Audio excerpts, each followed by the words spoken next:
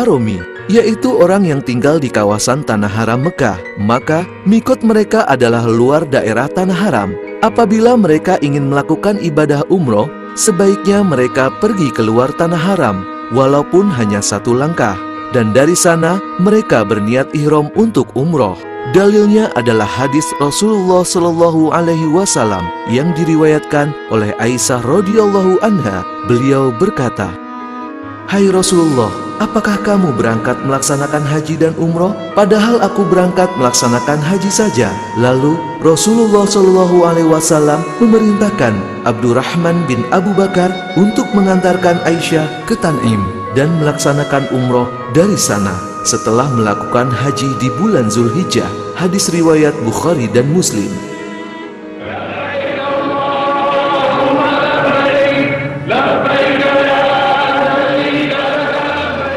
Larangan-larangan ihram. Apabila seseorang yang umroh telah berniat umroh, maka wajib baginya menjauhi larangan-larangan ihram yang terbagi dalam 3 macam. Pertama, larangan yang khusus bagi laki-laki, yaitu memakai pakaian yang berjahit atau yang membentuk tubuh, atau sebagian anggota tubuh seperti kaos kaki, menutup kepala dan muka, dan memakai sepatu yang menutup mata kaki. Kedua, larangan khusus untuk wanita, yaitu menutup muka dengan sesuatu yang melekat dengan kulitnya, dan memakai 2 sarung tangan. Ketiga, larangan untuk laki-laki dan wanita, yaitu tidak jidal, rafas, dan pusuk, tidak memakai harum-haruman, tidak membunuh binatang buruan, tidak berjimat atau senggama, tidak mencabut atau mencukur rambut, tidak menggunting kuku, dan tidak merusak tanaman. Menurut para ulama, disunahkan perbanyak baca talbiyah, mulai dari niat sampai ketika mau melakukan tawaf.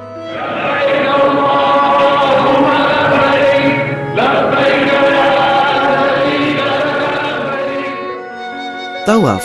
Apabila seseorang yang melakukan umroh telah berada di kota Mekah, maka hendaklah bersegera menuju Masjidil Haram. Dimulai dengan memasuki Masjidil Haram dari pintu mana saja dan berdoa masuk masjid. Setelah itu, masuklah menuju areal tawaf. Ketika melihat Ka'bah, maka berdoalah. Areal tawaf di Masjidil Haram berupa halaman luas dengan lantai batu marmer yang di tengahnya berdiri Ka'bah Baitullah, Makom Ibrahim di depan pintu Ka'bah, dan Hijr Ismail berupa bangunan tembok setinggi 1,5 meter berbentuk setengah lingkaran. Untuk memulai tawaf, berdirilah dengan posisi sudut Hajar Aswad di sebelah kiri kita, dan neon hijau yang ada di atas masjid di sebelah kanan kita. Karena saat ini, garis batas untuk memulai tawaf yang berupa marmer berwarna coklat telah dihilangkan untuk menghindari berdesakan. Jangan lupa untuk membuka bahu kanan kita atau ittiba. Disunahkan sebelum memulai tawaf untuk mencium Hajar Aswad. Namun, karena padat dan berdesakan, cukup dengan melambaikan tangan kanan ke arah sudut Hajar Aswad sambil mengucapkan Bismillahi Allahu Akbar dan dikecup. Lalu, berjalanlah memulai tawaf mengelilingi Ka'bah dengan membaca doa apa saja yang difahami atau yang dianjurkan melalui buku-buku manasik umroh dan haji.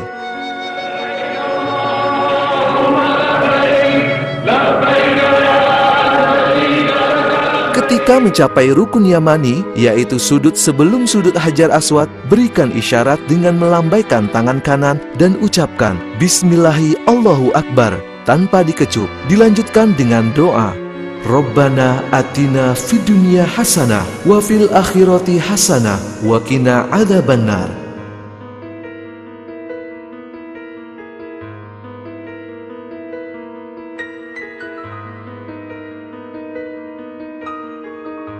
Hingga mencapai sudut Hajar Aswad. Sesampai di sudut Hajar Aswad, berhenti sejenak, lalu kembali beri isyarat dengan tangan kanan sambil membaca Bismillahi Allahu Akbar, lalu kecup. Lanjutkan tawaf putaran kedua dan seterusnya hingga 7 putaran sempurna. Jika di tengah perjalanan tawaf kita batal wudu, maka berhentilah dan ingat di putaran berapa kita terakhir tawaf. Maka berwudulah dan lanjutkan kembali tawaf di mana tempat terakhir kita batal wudu untuk menyempurnakan 7 putaran.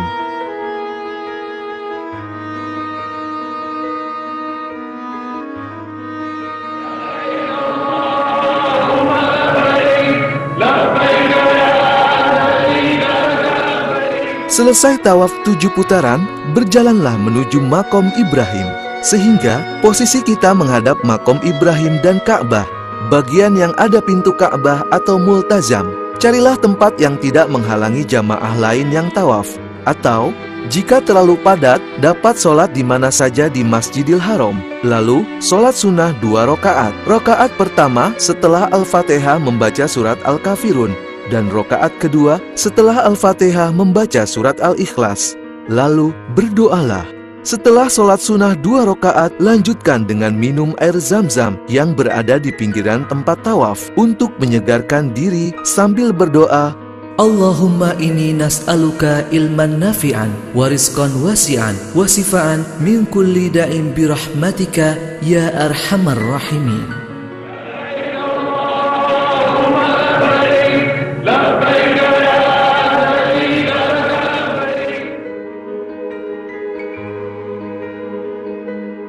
Sa'i. Berjalanlah menuju Bukit Sofa untuk memulai sa'i. Ketika naik ke Bukit Sofa, baca doa, Bismillahirrahmanirrahim. Abda'u bima bada'allahu bih wa rasuluh. Inna as-safa wal marwata min sya'airillah. Faman hajjal baita aw i'tamara fala junaha alaih an yattawafa bihima wa man tatawwa'a khaira fa innallaha syakirun alim. Setelah berada di Bukit Sofa, menghadaplah ke Ka'bah dan berdoa. Lalu mulailah berjalan menuju Bukit Marwah dengan banyak berdoa apa saja.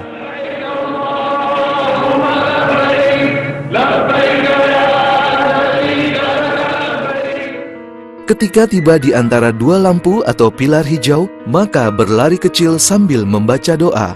Rabbighfir warham wa'fu wa takarram wa tajawaz amma ta'lamu innaka ta'lamu ma la na'lam innaka antallahul a'azzul akram.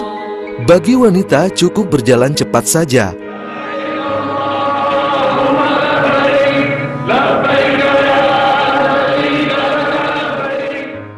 Lintasan sa'i saat ini telah diperluas dan terdiri dari 3 lantai dan biasa dipakai adalah lantai 1 dan 2. Untuk jamaah yang menggunakan kursi roda, maka lintasan sa'i berada di tengah. Setelah melewati 2 pilar hijau, berjalanlah kembali hingga sampai Bukit Marwah dan ketika mendaki, bacalah doa. Inna as-safa wal marwata min sya'airillah. Faman hajjal baita aw i'tamara fala junaha alaih an yattawafa bihima wa man tatawwa'a khairan fa innallaha syakirun alim. Ketika di atas Bukit Marwah, bacalah tuntunan doa yang ada atau doa yang lain yang dipahami.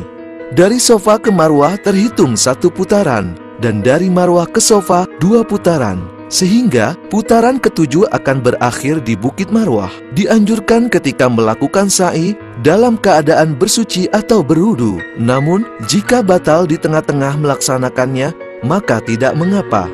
Selesaikan sa'i hingga 7 putaran.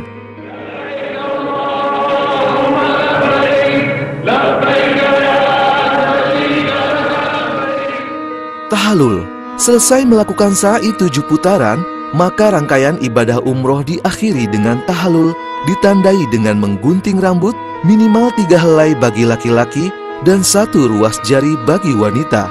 Dan Rasulullah Shallallahu Alaihi Wasallam memerintahkan digundul bagi laki-laki.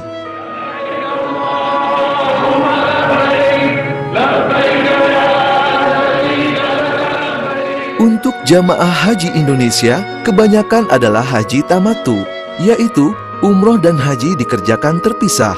Umrohnya menjadi wajib dan ketika telah selesai mengerjakan umroh, maka menunggu sampai tanggal 8 Zulhijjah untuk kembali berihram dengan niat haji.